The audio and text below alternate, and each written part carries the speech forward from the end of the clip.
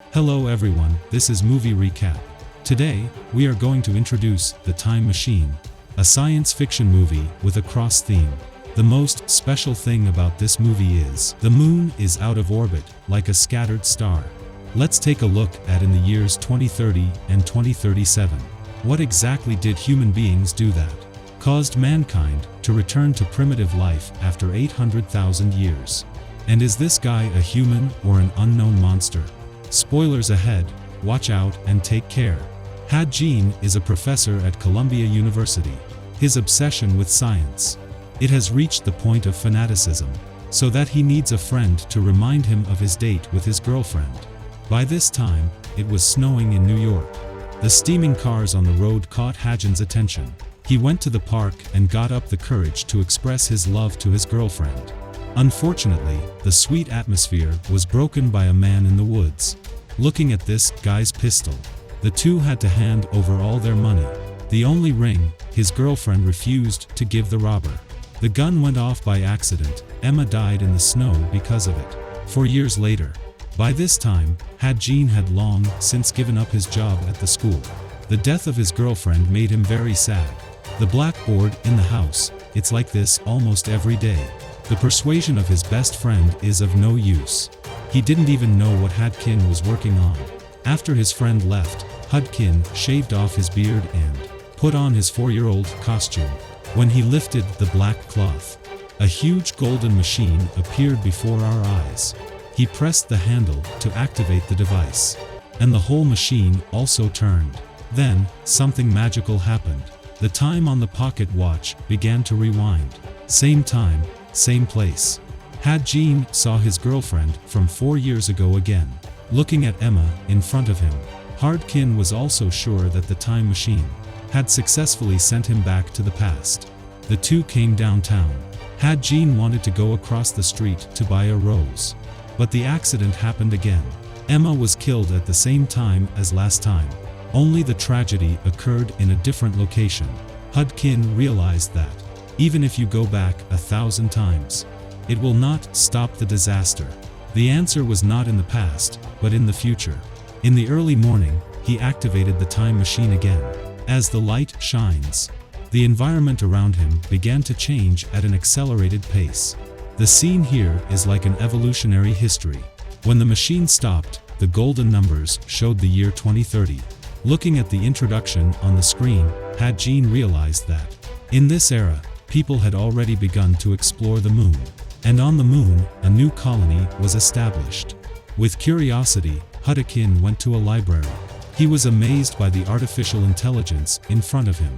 He fed back his problems to AI. The answers he received left him confused more. The reason why people cannot change the past. Because it is impossible to go back to the past. The dazed Hartdegen started the machine again. This time, the time of travel is in 2037.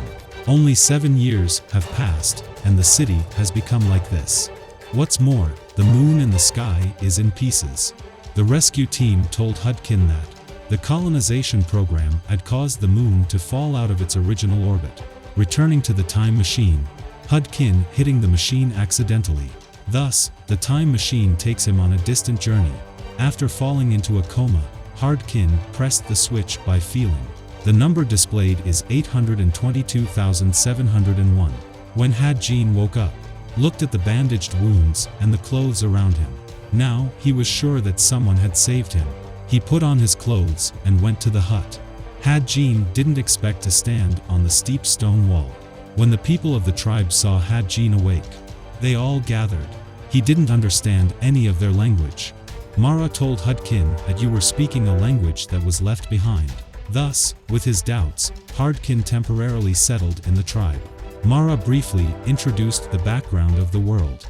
After 800,000 years, human beings have not only not evolved. Instead, they have returned to primitive life. There is no territorial division here, only Eloys.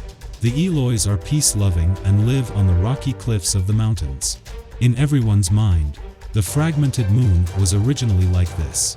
The next day, Mara took him to the remaining slopes of the ruins. It turns out that they rely on these words. Learned Hartdegen's language. On the way of boating, Hadjin asks the question, "Why are there no old men among the Eloys?" Mara did not answer his question deliberately. She led Hudkin to the time machine. Suddenly, the sound of a horn is heard from a distance. The Eloys begin to run for their lives frantically. Then a group of monsters attacked them. When the group arrived at the creek, another group of enemies emerged from the land. They were strange looking, about the same height as humans. But the appearance is very different.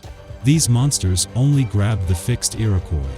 Only those who are hit by the black sword will be taken away by them. Coincidentally, Mara was also hit by a black arrow. A monster intended to capture Mara's brother. Hadkin rushed over to him. He did not expect the seemingly slow enemy to be so quick. The monster, running on all fours, caught up with Hudkin in an instant. He climbed to the windmill built of bamboo and fought these monsters. This height is not enough for monsters to fall to death. After a fight, Hardkin was almost strangled by the monster. Luckily, with the help of the little boy, which was able to escape from the danger. The horn sounded again in the distance, and the monster returned to the end. When the two arrived, they had already taken their prey, followed the quicksand into the ground. Hadjin failed to save Mara until the last minute. Furious Hudkin could not understand why the Eloys did not choose to fight back. The people silently tell him that this is the law of life. Even the young boy Keller did not want to tell the truth. Encouraged by Hudkin, Keller leads him to a place. The two enter a cave. Hadjin looked at the man in the mirror in amazement. To his surprise, the library system was preserved. It turns out that after the moon was destroyed, as time went on, humans are also divided into two factions. If the Eloys are the sun of hope, then the Morlocks are the moon of darkness. The monsters that appeared in the afternoon are the Morlocks, the human evolution. As for more detailed information, the administrator didn't know any more details. Then they went deep into the jungle.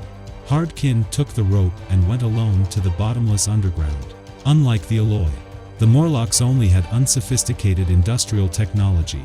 Hadjin went into a cave, looking at the piles of clothes in front of him, and he panicked. He accidentally opened the gate in fear, directly into the pool full of skeletons. Two guards put him in a cell. After coming underground, Hadjin also saw the imprisoned Mara. At the end of the corridor, a white-haired man was sitting there. This guy told him that after the explosion of the moon, one group of humans had survived on the surface. Another group of humans chose to hide underground. Hundreds of years later, the underground humans intended to return to the surface. Unfortunately, living underground for a long time, they have not adapted to the living environment above. The Morlocks underground used the Eloys as food. This has become a new food chain. As long as the population base is reasonably controlled, the two tribes can continue to survive. When confronted with Hadjin's question of humanity, the white-haired man asked him in return, "What is the law of nature?" He has been purified and can see through other people's thoughts and memories.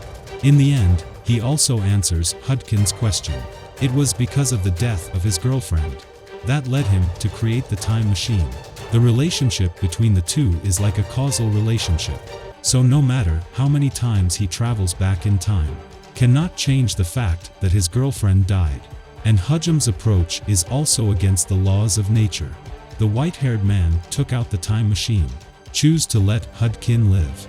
Hadjin looked at the machine in front of him. He had a different plan in mind. Although he could not change the past, nor change the future, but it can change the present. Hadjin used the passage of the time machine, destroyed the body of the white-haired man. When time was located in 600,000 years, he also sees the early days of the Morlock race.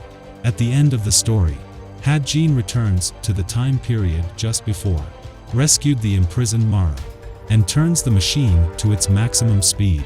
With the touch of the Morlocks, the time machine emits time fluctuations, destroyed all the Morlocks underground, and Hudkin also started a new life. Although it is a movie in 2002, but the movie experience is still very good, especially the film's fragmented moon. The only thing that makes me curious is that, why the Morlocks had to live underground after the moon exploded. If you like my story, please don't forget to subscribe. I'll see you next time.